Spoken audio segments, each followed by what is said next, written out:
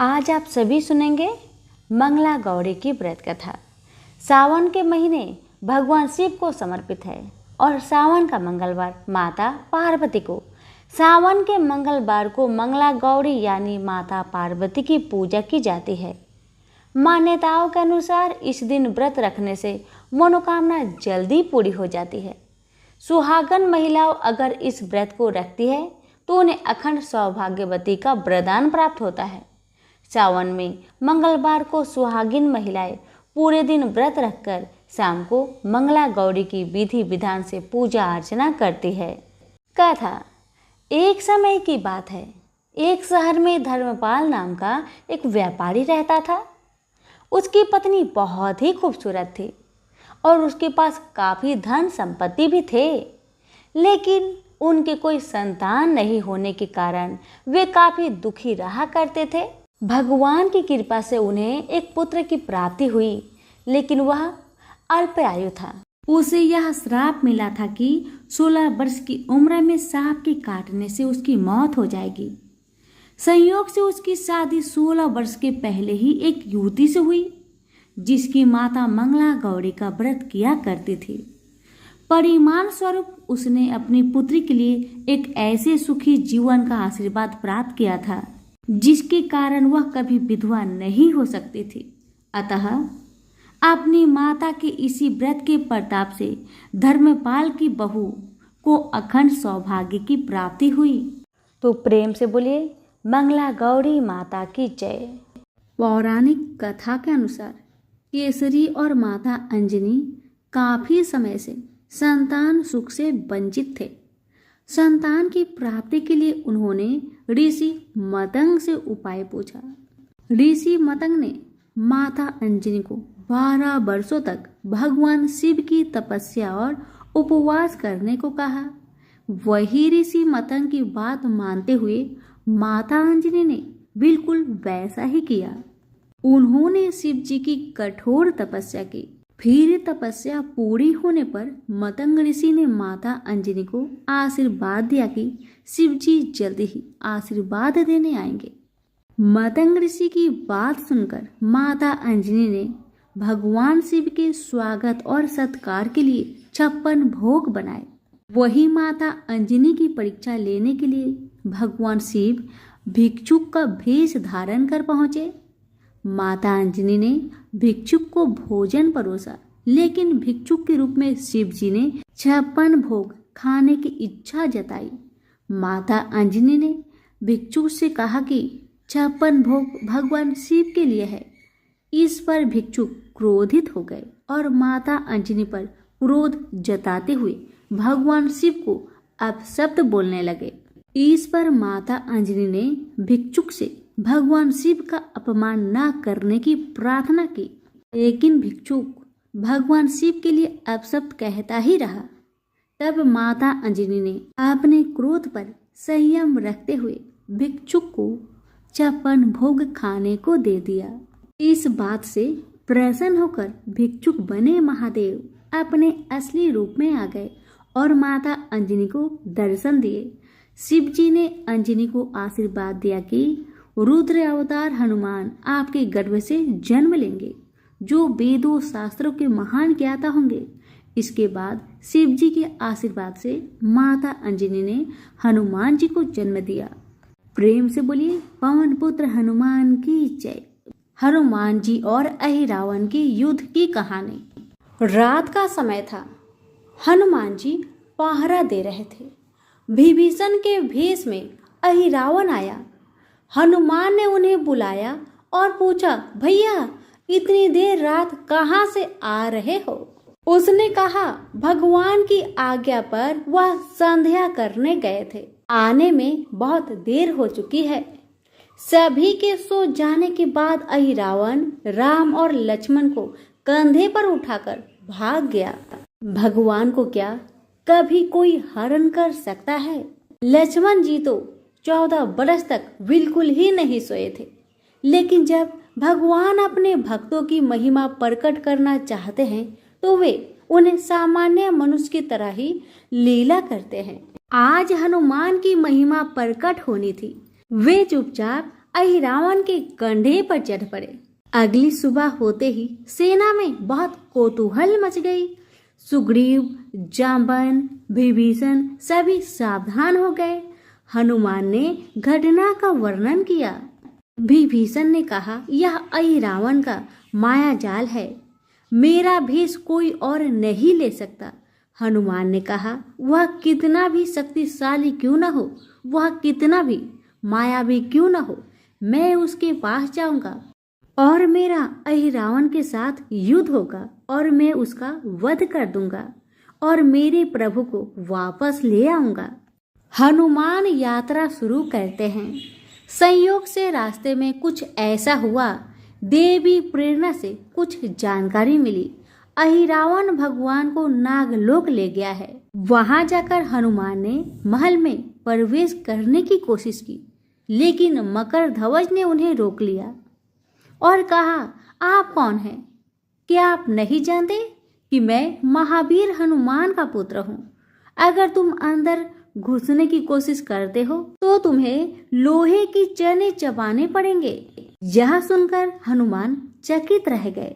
हनुमान ने कहा, अरे मेरा तो कोई पुत्र नहीं है, तुम कहाँ से टपके? मकरध्वज ने कहा, जब आप जलती हुई लंका के बाद स्नान कर रहे थे तभी एक मछली ने आपका पसीना पी लिया, मैं उसके गर्भ से पैदा हुआ हूँ। हनुमान ने उससे राम लक्ष्मण के बारे में पूछा। उसने कहा, वह कुछ नहीं जानता।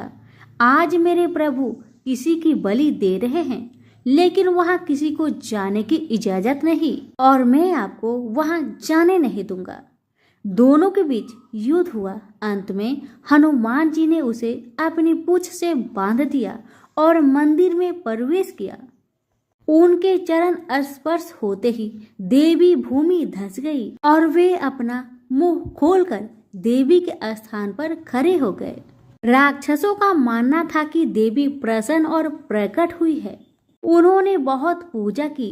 देवी जो कुछ भी फल, माला, अन्य वस्त्र, जो कुछ भी आता है वह अपने मुंह में रखती है। यज्ञ के समय राम और लक्ष्मण को ले आए। उस समय राक्षस उसका कई प्रकार से मजाक उड़ा रहे थे, उसे तरह तरह से परेशान कर रहे थे। उन्होंने चुपचाप सब कुछ सहा। अहिरावण ने कहा, अब तुम अपने रक्षक को याद करो। भगवान हंसे और बोले, देखना तुम्हारी देवी तुम्हें न खा जाए। अहिरावण उन पर तलवार चलाने ही वाला था कि हनुमान दहाड़ते हुए वहां पहुंचे। अब हनुमान जी में और अहिरावण में घमासान युद्ध हुआ। युद्ध के दौरान महावीर हनुमान ने अहिरावण का वध कर दिया। वध करने के बाद हनुमान भगवान को शिविर में ले आए। चारों तरफ खुशी और जय जयकार का शोर था। हनुमान अहिरावण युद्ध से चारों दिशाओं में हनुमान जी के जय जयकार होने लगे। तो प्रेम से बोलिए, सिया रामचंद्र की जय, पवन पुत्र हनुमान की जय। एक गांव में एक बुढ़िया रहती थी। वह मंगल देवता को अपना इष्ट देवता मानकर सदैव मंगलवार को व्रत रखती और मंगल देव का पूजन किया करती थी। उसका एक पुत्र था जो मंगलवार को उत्पन्न हुआ था। इस कारण उसको मंगलिया के नाम से पुकारा करती थी। मंगलवार के दिन वह तो घर को लिपती और ना ही पृथ्वी को खो देती थी। एक दिन की बात है, मंगल देवता उसकी श्रद्धा को देखने के लिए उसके घर में एक साधु का रूप बनाकर आए और द्वार पर आवाज दी। बुढ़िया ने कहा, महाराज क्या आज्ञा है? साधु कहने लगा, बहुत भूख लगी है, भोजन बनाना है, इसके लिए तू थोड़ी सी पृथ्वी लीप दे तो तेरा पुण्य होगा।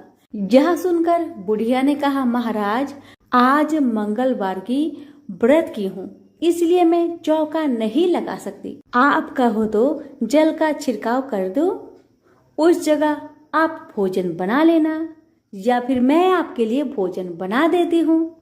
साधु महाराज कहने लगे, मैं गोबर से लिपी चौका पर ही खाना बनाता हूँ। बुढ़िया ने कहा, महाराज मिट्टी लिपने के सिवा आप मुझे कोई और काम दीजिए, मैं सारी काम करने को तैयार हूँ, परंतु गोबर से लिपूंगी नहीं। तब साधु महाराज ने कहा कि सोच समझकर उत्तर दो, जो कुछ मैं कहूँगा वह तुमको करना ही होगा। बुढ़िया कहने लगी, महाराज, पृथ्वी लीपने के अलावा जो भी आज्ञा करेंगे मैं उसका पालन अवश्य करूंगी। बुढ़िया माई ने ऐसा 3 बार वचन दे दिया। तब साधु कहने लगा, तू अपने लड़के को बुलाकर औधा, मैं उसके पीठ पर भोजन बनाऊंगा। साधु की बात सुनकर बुढ़िया चुप हो गई। तब साधु ने कहा, बुला ले लड़के को, अब सोच विचार क्या करती है। बुढ़िया मंगलिया मंगलिया कहकर पुकारने लगी। थोड़ी देर बाद लड़का आ गया।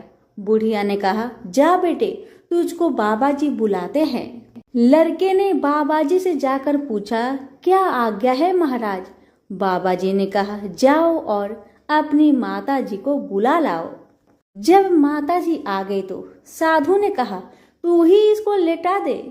बुढ़िया ने मंगल देवता का स्मरण करते हुए अपने लड़के को लिटा दिया और उसकी पीठ पर अंगीठी रख दी।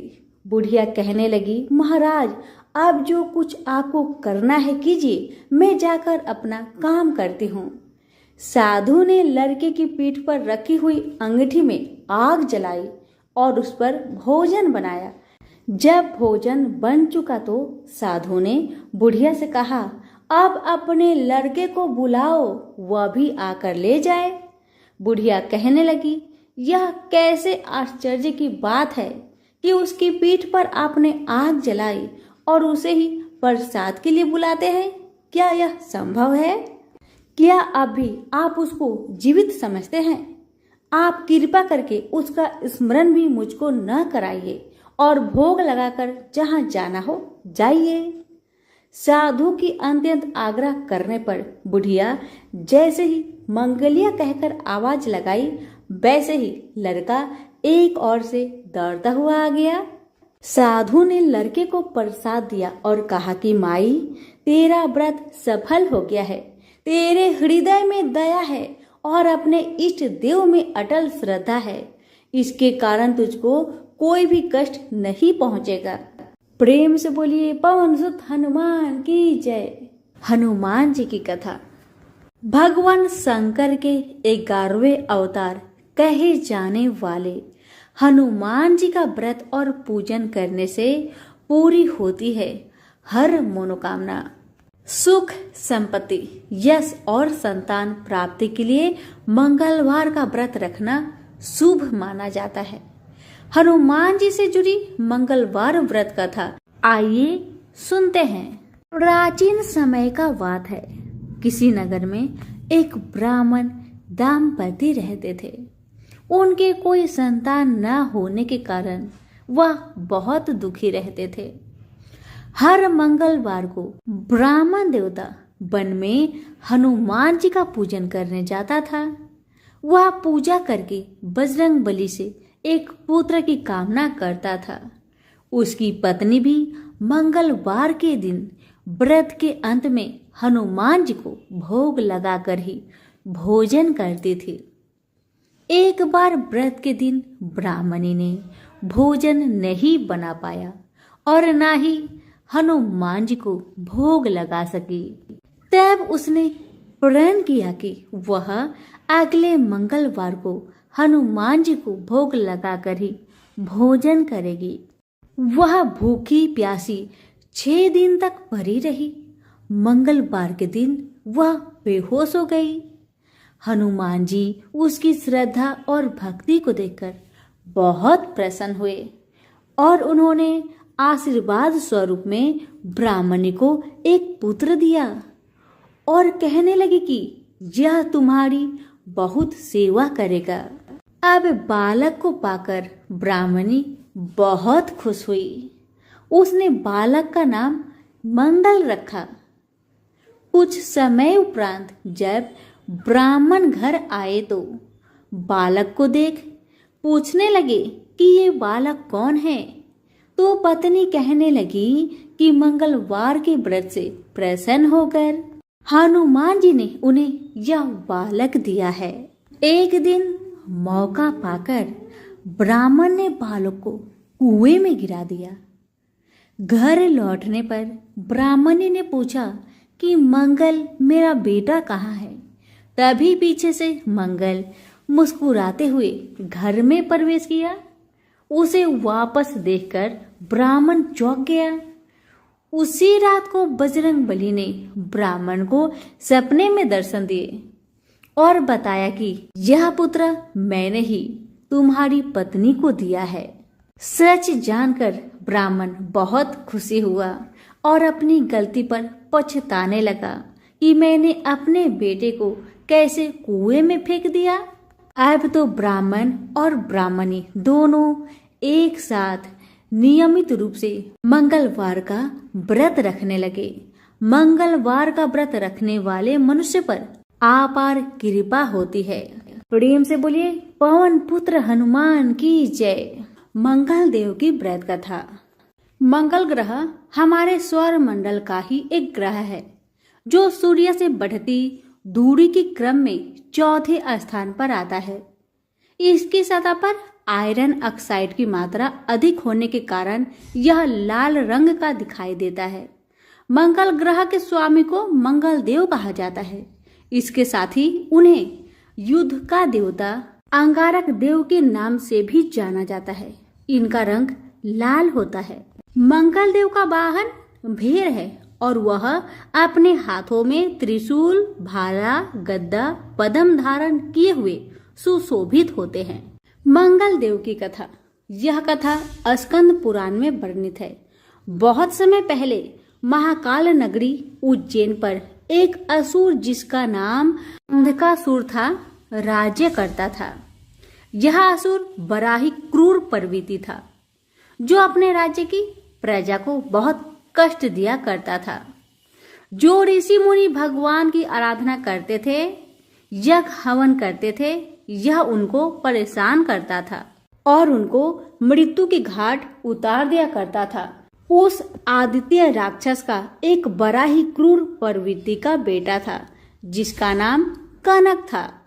कनक भी अपने पिता अंधकासुर के समान शक्तिशाली और पराक्रमी था।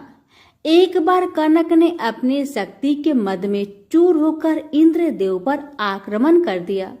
इंद्रदेव और कनक के बीच भयंकर युद्ध हुआ और अंततः इंद्रदेव ने कनक को पराजित करके उसकी हत्या कर दी। कनक की हत्या करने के बाद इंद्रदेव को अपने राज्य की चिंता सताने लगी, क्योंकि इंद्रदेव कनक के पिता अंधकासुर की शक्ति से भली भांति परिचित थे और अंधकासुर स्वर्ग पर अधिकार करके स्वर्ग को तहस नहस कर सकता था। इसलिए भगवान इंद्र महादेव शिव शंकर के शरण में चले गए और उन्होंने अंधकासुर से स्वर्ग की रक्षा करने के लिए प्रार्थना की। आशुतोष भगवान महाशिव शंकर ने देवराज इंद्र की इस प्रार्थना को स्वीकार किए और भगवान शिव शंकर तथा अंधकासुर के बीच एक भयंकर युद्ध हुआ। दोनों ओर से महाशक्तियों का प्रयोग किया गया और युद्ध ने एक विकराल रूप ले लिया और युद्ध लंबे समय तक चला। अंततः महादेव शिव शंकर ने अंधकासुर का वध कर दिया, किंतु भगवान शिव शंकर के माथे से पसीने की एक बूंद पृथ्वी पर जाकर उज्जैन नगरी में गिर पड़ी, जिससे वहां की धरती को फाड़कर अंगारे के समान एक पुत्र ने जन्म लिया जिसका नाम मंगल रखा गया। ब्राह्मणों ने उसकी स्तुति की और उनको गुण रूप आदि के कारण स्वर मंडल के 8 ग्रहों में महत्वपूर्ण स्थान दिया। उज्जैन नगरी के जिस स्थान में मंगल ग्रह का जन्म हुआ था, उस स्थान पर स्वयं भगवान ब्रह्मा जी ने मंगलेश्वर शिवलिंग की स्थापना की, जिसे आज के समय मंगलेश्वर धाम के नाम से जाना जाता है। और मंगलवार को यहाँ दर्शन करने के लिए हजारों की तादाद में श्रद्धालु पहुँचते हैं। तो प्रेम से सभी बोलिए मंगल देव की जय हो। व्यास जी ने कहा, एक बार नैमिषारण्य तीर्थ में 80,000 मुनि एकत्र होकर पुराणों के ज्ञाता श्री सूत जी से पूछने लगे, हे महामुने, आपने हमें अनेक पुराणों की कथाएं सुनाई है। अब कृपा करके हमें ऐसा व्रत और कथा बताए जिसके करने से संतान की प्राप्ति हो तथा मनुष्य को रोग शोक अग्नि स्वर्ग दुख आदि का भय दूर हो जाए, क्योंकि कलयुग में सभी जीवों की आयु बहुत कम है। फिर इस पर उन्हें रोग चिंता के कष्ट लगे रहेंगे तो फिर वह श्री हरि के चरणों में अपना ध्यान कैसे लगा सकेंगे। श्री सूत जी बोले, हे मुनियों, आपने लोक कल्याण के लिए बहुत ही उत्तम बात पूछी है। एक बार युधिष्ठिर ने भगवान श्री कृष्ण से लोक कल्याण के लिए यही प्रश्न किया था। भगवान श्री कृष्ण और युधिष्ठिर का संवाद तुम्हारे सामने कहता हूँ, ध्यान देकर सुनो। एक समय पांडवों की सभा में श्री कृष्ण जी बैठे हुए थे। तब युधिष्ठिर ने भगवान श्री कृष्ण से प्रश्न किया, हे प्रभु नंद नंदन गोविंद, आपने मेरे लिए अनेकों कथाएं सुनाई है। आज आप कृपा करके ऐसा व्रत या कथा सुनाएं जिसके करने से मनुष्य को रोग चिंता का भय समाप्त हो और उसको पुत्र की प्राप्ति हो। हे प्रभु, बिना पुत्र के जीवन व्यर्थ है। पुत्र के बिना मनुष्य नरकगामी होता है। पुत्र के बिना मनुष्य प्रीत ऋण से छुटकारा नहीं पा सकता और न ही उसका पुण्य नामक नरक से उद्धार हो सकता है। अतः पुत्रदायक व्रत बतलाए। श्री कृष्ण भगवान बोले, हे राजन, मैं एक प्राचीन इतिहास सुनाता हूँ, आप उसे ध्यान पूर्वक सुनो। कुंडलपुर नामक एक नगर था। उसमें नंदा नामक एक ब्राह्मण रहता था। भगवान की कृपा से उसके पास सब कुछ था, फिर भी वह दुखी था। इसका कारण यह था कि ब्राह्मण की स्त्री सुनंदा के कोई संतान न थी। सुनंदा पतिव्रता थी, भक्ति पूर्वक श्री हनुमान जी की आराधना करती थी। मंगलवार के दिन व्रत करके अंत में भोजन बनाकर हनुमान जी को भोग लगाने के बाद स्वयं भोजन करती थी। एक बार मंगलवार के दिन ब्राह्मणी गृह कार्य की अधिकता के कारण हनुमान जी को भोग न लगा सकी, तो इस पर उसे बहुत दुख हुआ। उसने कुछ भी नहीं खाया और अपने मन में प्रण किया कि अब तो अगले मंगलवार को ही हनुमान जी का भोग लगाकर अन्न जल ग्रहण करूंगी। ब्राह्मणी सुनंदा प्रतिदिन भोजन बनाती, श्रद्धापूर्वक पति को खिलाती, परंतु स्वयं भोजन नहीं करती और मन ही मन श्री हनुमान जी की आराधना करती थी। इसी प्रकार 6 दिन गुजर गए और ब्राह्मणी सुनंदा अपने निश्चय के अनुसार भूखी प्यासी निराहार रही। अगले मंगलवार को ब्राह्मणी सुनंदा प्रातः काल ही बेहोश होकर गिर पड़ी। ब्राह्मणी सुनंदा की इस असीम भक्ति के प्रभाव से श्री हनुमान जी बहुत प्रसन्न हुए और प्रकट होकर बोले, सुनंदा, मैं तेरी भक्ति से बहुत प्रसन्न हूँ, तू उठ और वर मांग। सुनंदा अपने आराध्य देव श्री हनुमान जी को देखकर आनंद की अधिकता विह्वल हो श्री हनुमान जी के चरणों में गिरकर बोली, हे प्रभु, मेरी कोई संतान नहीं है, कृपा करके मुझे संतान प्राप्ति का आशीर्वाद दे, आपकी यदि कृपा होगी। श्री महावीर जी बोले, तेरी इच्छा पूर्ण होगी, तेरे एक कन्या पैदा होगी, उसके अष्टांग प्रतिदिन सोना दिया करेंगे। इस प्रकार कहा। श्री महावीर जी अंतर ध्यान हो गए। ब्राह्मणी सुनंदा बहुत हर्षित हुई और सभी समाचार अपने पति से कहा। ब्राह्मण देव कन्या का वरदान सुनकर कुछ दुखी हुए, परंतु सोना मिलने की बात सुनी तो बहुत प्रसन्न हुए। विचार किया कि ऐसी कन्या के साथ मेरी निर्धनता समाप्त हो जाएगी। श्री हनुमान जी की कृपा से वह ब्राह्मणी गर्भवती हुई और 10वें महीने में उसे बहुत ही सुंदर पुत्री प्राप्त हुई। यह बच्ची अपने पिता के घर ठीक उसी तरह से बढ़ने लगी जिस प्रकार शुक्ल पक्ष का चंद्रमा बढ़ता है। 10वें दिन ब्राह्मण ने उस बालिका का नामकरण संस्कार करवाया। उसके कुल पुरोहित ने उस बालिका का नाम रत्नावली रखा, क्योंकि यह कन्या सोना प्रदान किया करती थी। इस कन्या ने पूर्व जन्म में बरेही विधान से मंगल देव का व्रत किया था। रत्नावली का अष्टांग बहुत सा सोना देता था। उस सोने से नंदा ब्राह्मण बहुत ही धनवान हो गया। अब ब्राह्मणी भी बहुत अभिमान करने लगी थी। समय बीतता रहा। अब रत्नावली 10 वर्ष की हो चुकी थी। एक दिन जब नंदा ब्राह्मण प्रसन्न चित्त था, तब सुनंदा ने अपने पति से कहा, मेरी पुत्री रत्नावली विवाह की योग हो गई है, अतः आप कोई सुंदर तथा योग वर देखकर इसका विवाह कर दे। जा सुन ब्राह्मण बोला, अभी तो रत्नावली बहुत छोटी है।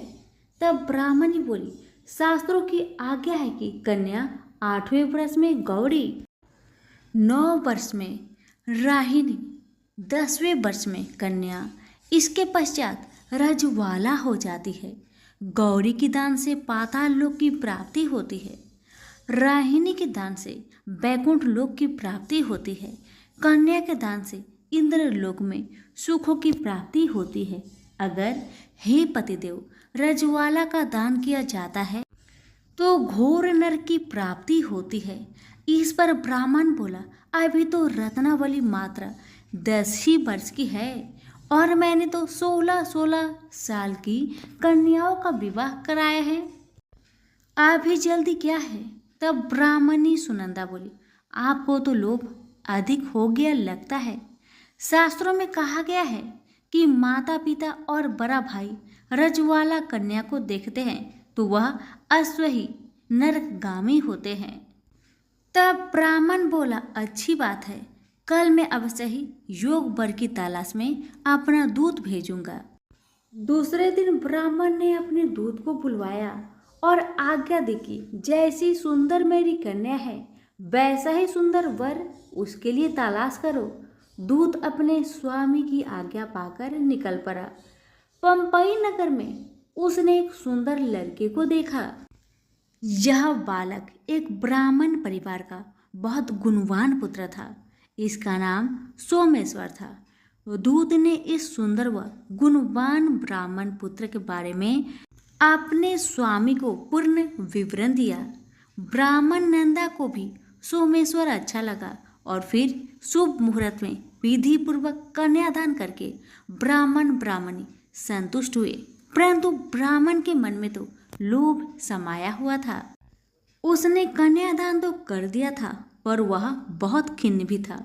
उसने विचार किया कि रत्नावली तो अब चली जाएगी और मुझे इससे जो सोना मिलता था वह अब नहीं मिलेगी। मेरे पास जो धन था कुछ तो इसके विवाह में खर्च हो गया और जो शेष बचा है वह भी कुछ दिनों पश्चात समाप्त हो जाएगी। मैंने तो इसका विवाह करके बहुत बड़ी भूल कर दी है। अब कोई ऐसा उपाय हो कि रत्नावली मेरे घर में ही बनी रहे, अपने ससुराल ना जाए।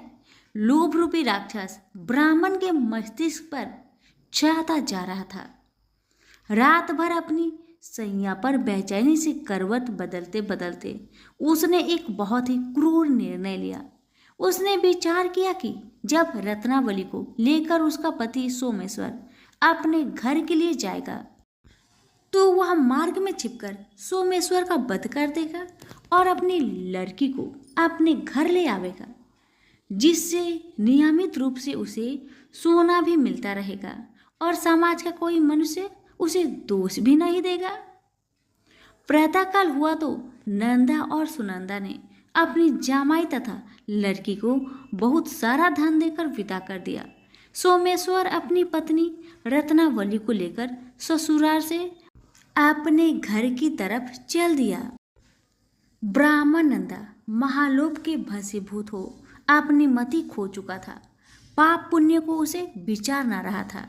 अपने भयानक व क्रूर निर्णय को कार्य रूप देने के लिए उसने अपने दूत को मार्ग में अपने जमाई का वध करने के लिए भेज दिया था, ताकि रत्नावली से प्राप्त होने वाला सोना उसे हमेशा मिलता रहे और वो कभी निर्धन ना हो। ब्राह्मण के दूत ने अपने स्वामी की आज्ञा का पालन करते हुए उसके जामाई सोमेश्वर का मार्ग में ही वध कर दिया। समाचार प्राप्त कर ब्राह्मण नंदा मार्ग में पहुंचा और रोदन करती अपनी पुत्री रत्नावली से बोला, हे पुत्री, मार्ग में लुटेरों ने तेरे पति का वध कर दिया है। भगवान की इच्छा का आगे किसी का कोई वश नहीं चलता है। अब तू घर चल, वहां पर ही रहकर शेष जीवन व्यतीत करना। जो भाग्य में लिखा है वही होगा। अपने पति की अकाल मृत्यु से रत्नावली बहुत दुखी हुई। करुण क्रदन व रुदन करते हुए अपने पिता से बोली, हे पिताजी, इस संसार में जिस स्त्री का पति नहीं है उसका जीना व्यर्थ है। मैं अपने पति के साथ ही अपने शरीर को जला दूंगी और सती होकर अपने इस जन्म को, माता पिता के नाम को तथा सास ससुर के यश को सार्थक करूंगी। ब्राह्मण नंदा अपनी पुत्री रत्नावली के वचनों को सुनकर बहुत दुखी हुआ। विचार करने लगा, मैंने व्यर्थ ही जामाई का वध का पाप अपने सिर लिया। रत्नावली तो उसके पीछे अपने प्राण तक देने को तैयार है।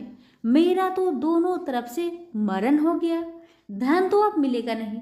जामाई वध के पाप के फलस्वरूप यम यातना भी भुगतनी पड़ेगी। यह सोचकर वह बहुत खिन्न हुआ। सोमेश्वर की चिता बनाई गई। रत्नावली सती होने की इच्छा से अपने पति का सिर अपने गोद में रखकर चिता में बैठ गई। जैसे ही सोमेश्वर की चिता को अग्नि लगाई गई, वैसे ही प्रसन्न हो मंगलदेव वहां प्रकट हुए और बोले, हे रत्नावली, मैं तेरी पति भक्ति से बहुत प्रसन्न हूँ, तू वर मांग। रत्नावली ने अपने पति का जीवन दान मांगा। तब मंगलदेव बोले, रत्नावली, तेरा पति अजर अमर है, यह महाविद्वान भी होगा और इसके अतिरिक्त तेरी जो इच्छा हो वर मांग।